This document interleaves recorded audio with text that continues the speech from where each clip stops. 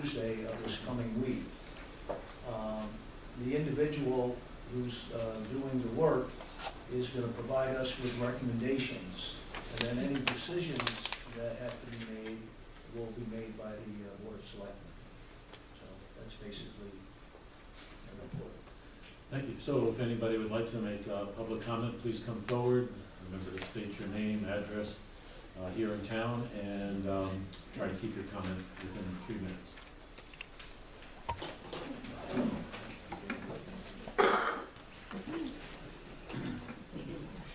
Hi, Tony Cable. Need my address, yes? 165 Deer Hill Road here in Southbury. Louder. Turn around. No, we don't. This is my better side. So I just think it's important that we be very clear who the charges are, That's not on. or the investigation is about, and what the charges or the investigation is about. And frankly, I'd like to know more detail about why the investigation was implemented in the first place. And I think that this needs to be out in the open completely.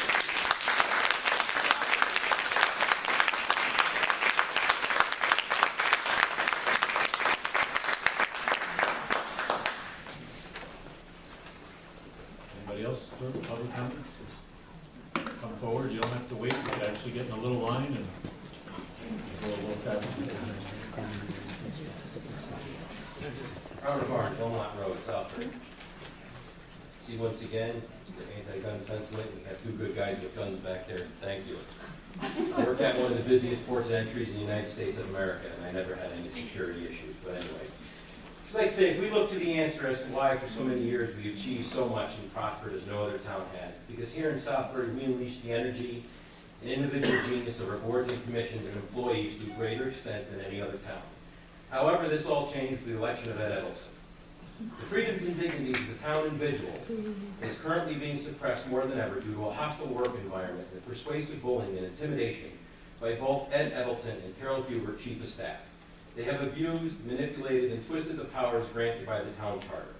We, the people of Southbury, under a Democrat form of government, have granted you, Mr. Edelson, the ability to govern Southbury as Chief Executive Officer. But you have misused that authority for your own personal purpose and benefit, and flagrantly ignored the checks and balances that have prevented such misconduct. There are those in town who say that we are in a time where there are no heroes. Well, they just don't know where to look.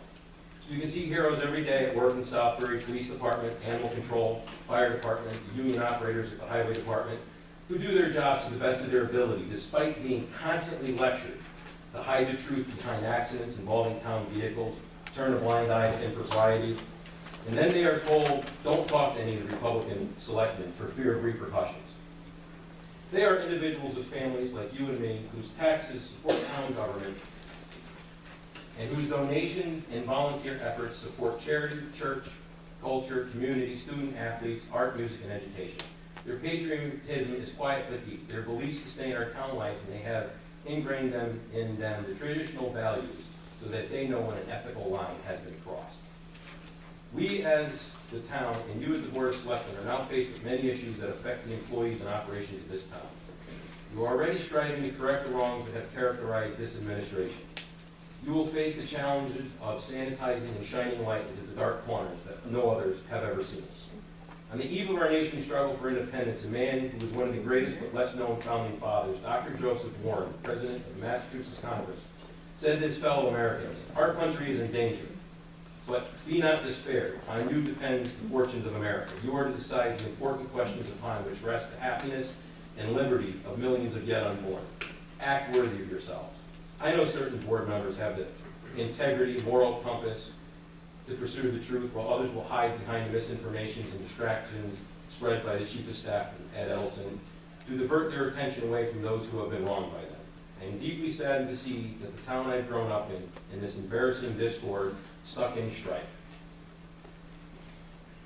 The two of you have brought, as Ronald Reagan would say, the city on a shining hill to a bowl that is dim and doesn't shine bright anymore.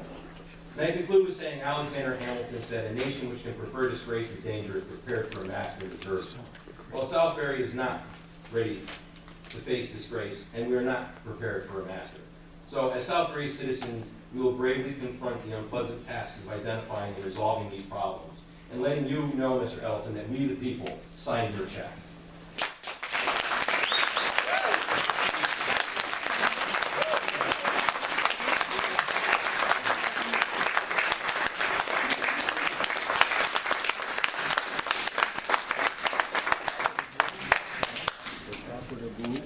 Jeff Campbell, 614 East Flat Hill Road.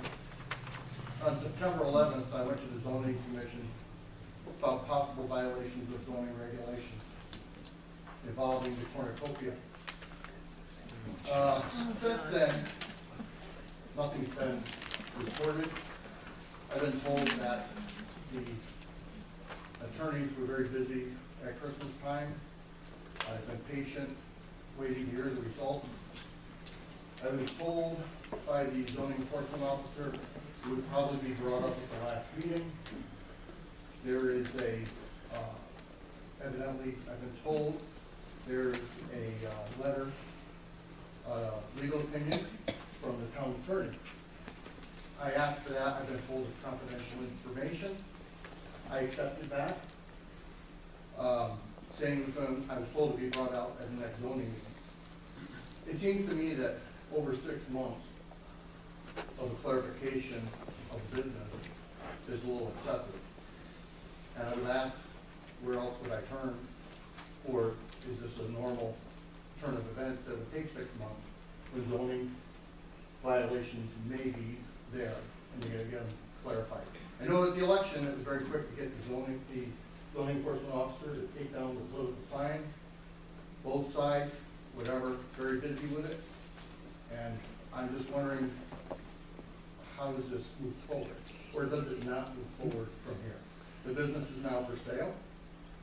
Are we gonna wait till it's sold? Are we gonna, I'm just wondering what's going on with it. Thank you. Good evening. My name is Lisa Zambinella. I live at 174 Jeremy Swamp Road in Southbury.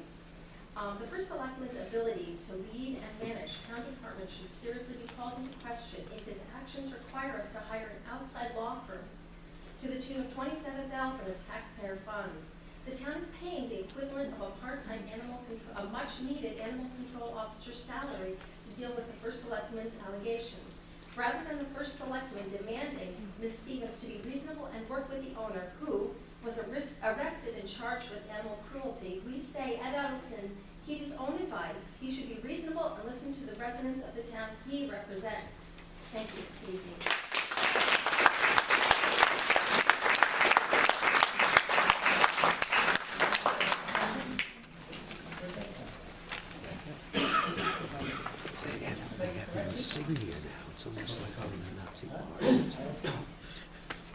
Michelle Barnes, Wilmot Road, Southbury. I've come before the board on many occasions, and I will repeat again, okay? The town of Southbury is a town of caring people, citizens, neighbors take care of neighbors. Many times you can see the numbers of people that are now coming to the meetings versus the handful that used to be there. Many people want their voice heard. They want the town to be run with the care and concern that they themselves have for this town of Southbury, okay? That includes the care and concern for the animals up in our shelter, and that is also the care and concern for an exemplary employee who is being persecuted, in my opinion, right now, for ridiculous allegations. We should be happy, we should be ecstatic that we have an employee who goes above and beyond, who follows her heart, follows her state statute, follows her job description. But instead, we have someone who's being criticized, persecuted, and bullied, to be quite honest with you, okay? This is totally absurd, and the people within this town, and you can see that in the sea of pink stickers that people are wearing here this evening, okay? There are many animal lovers. There are over 2,000 dogs that are licensed in the town of Southbury. These people are not just owners, they are lovers, and their voice is empowered and impassioned with love for animals. That voice should be heard, and that voice is in support of Martha, and we request that all these allegations, which are ludicrous, be removed.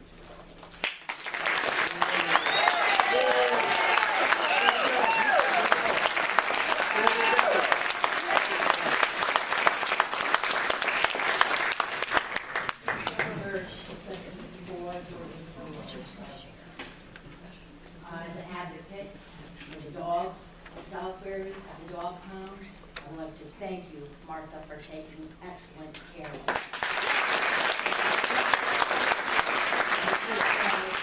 What happened to those dogs? She has rehabilitated them. She has done her job well, and that job is a hard job. People don't realize how hard it is.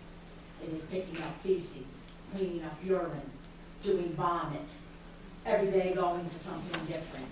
And we could have saved the town $20,000, and they don't not show you respect, but you could take your dress shoes off, put your work boots on, and get up there and spend the day with her and see what goes on. Yes.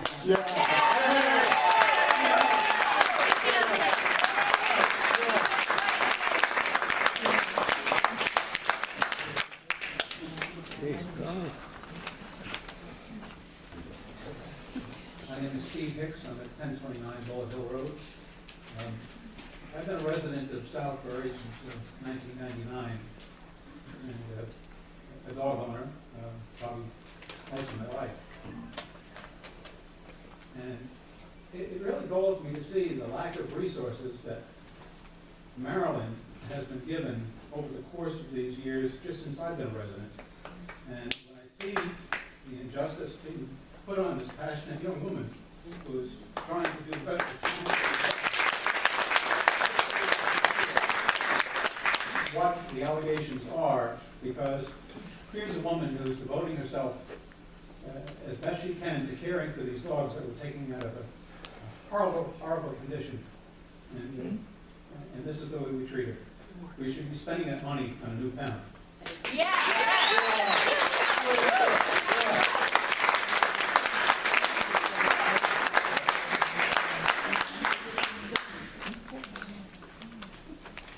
Any further public comments, so we'll move on. I was here 2 weeks ago. My name is Marcy Britt. I live at 1748 Kettletown Road. My husband Jack Merrill is with me here tonight. We own 2 properties in Southbury. We are taxpayers. And this time, Mr. Edmund, my comments are really directed towards you because I really feel that you are at the root cause of the problems that we're all wearing these stickers because of you. We are here in support of Martha, and this is just the beginning of a groundswell of support. This town is going to be galvanized on behalf of this young woman until you drop your allegations against her.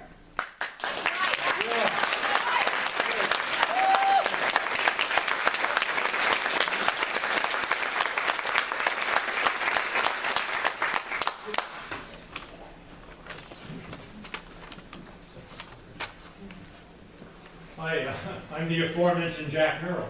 I live at 1748 Kettletown Road. And I've known Martha for probably 12 years now. Watched her grow and mature and become the responsible and capable and caring young woman that she is today. And it's this kind of caring and also the skill that she's developed both in coursework and on-the-job training, as other people have mentioned, as a vet tech, that she brings to this job. And just, the times that she's come around with the little animals in her arms that she's caring for, that she's rescuing. I mean, it's just it's a lovely picture. And she does a great job. And she should be rewarded. I just can't see that there isn't another way to handle this sort of thing. Marcy and I are taxpayers here in Southbury, and I pay my taxes gladly because I think the services are good. And, we could be paying a lot more. Other people in other towns do.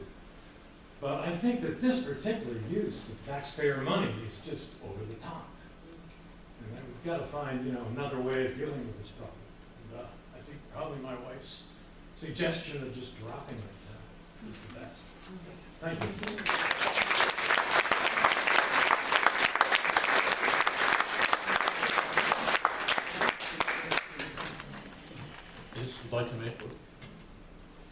I'd like to make one comment that what we're doing is following our procedures. And that is why. Quiet. Let him talk. Behave Full. yourself. You are so full of it. Let him talk. Just let them speak. We can be rude with each other, or we can be respectful. Most people in this town would like to be respectful and let people be heard. There was a comment made that we have kept information from people. We typically, when we deal with employee issues, for respect to that employee, before we come to a decision, we try to keep it to the Board of Selectmen and anyone doing the investigation. Because if the allegations aren't proved to be false, it shouldn't get out in the public, it shouldn't affect the employee. That's the reason you do it. In this particular case, the employee said, I want to make it public. And so therefore, everyone became known about it, or became known to everybody that this was being done.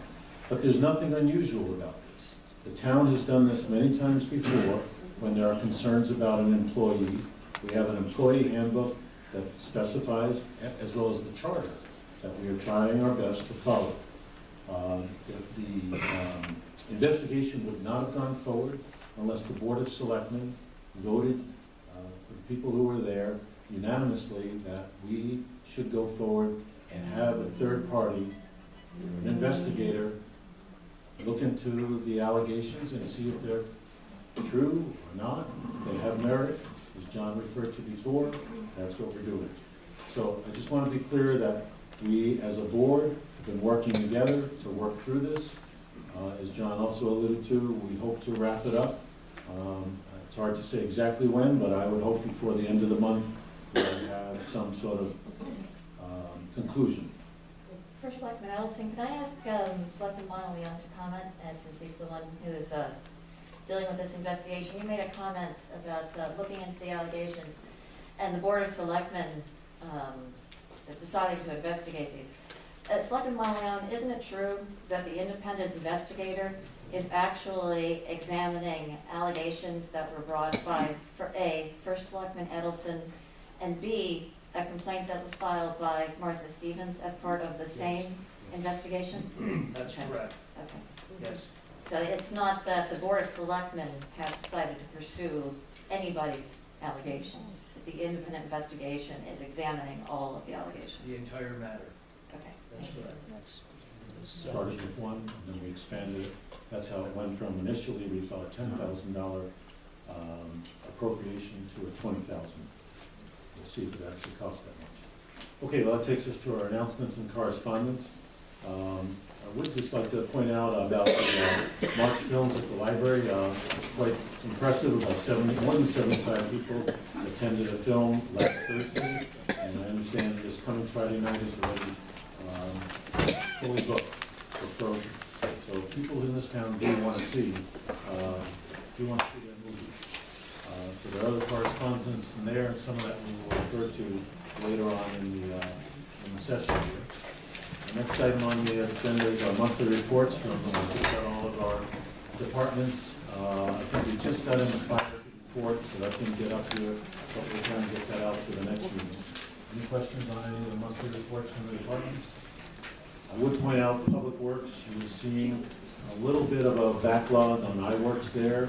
It's kind of natural for this time of year because we're seeing more damage, but because of the season, we're not able to address them all, kind of waiting for warmer weather.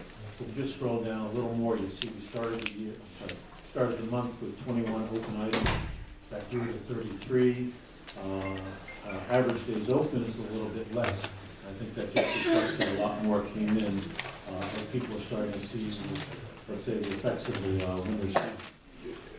So again, I don't see any questions on that.